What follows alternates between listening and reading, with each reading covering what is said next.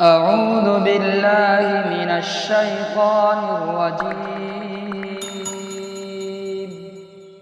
بسم الله الرحمن الرحيم.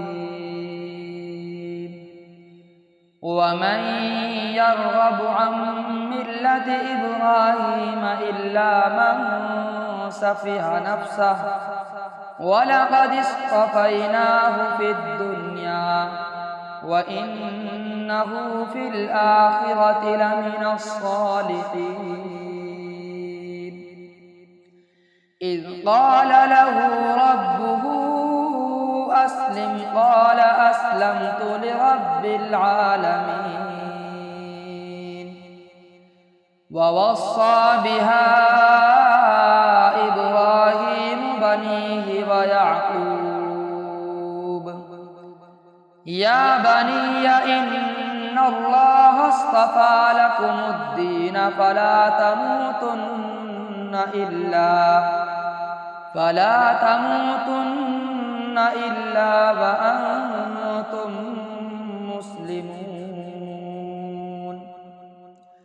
أم كنتم شهداء إذ حضر يعقوب الموت إذ قال لبنيه ما تعبدون من بعدي قالوا نعبد إلهك وإله آبائك إبراهيم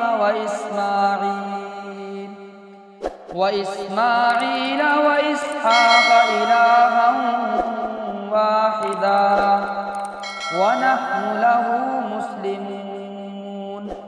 تلك أمة قد خلت لها ما كسبت ولكم ما كسبتم ولا تسألون عما كانوا يعملون.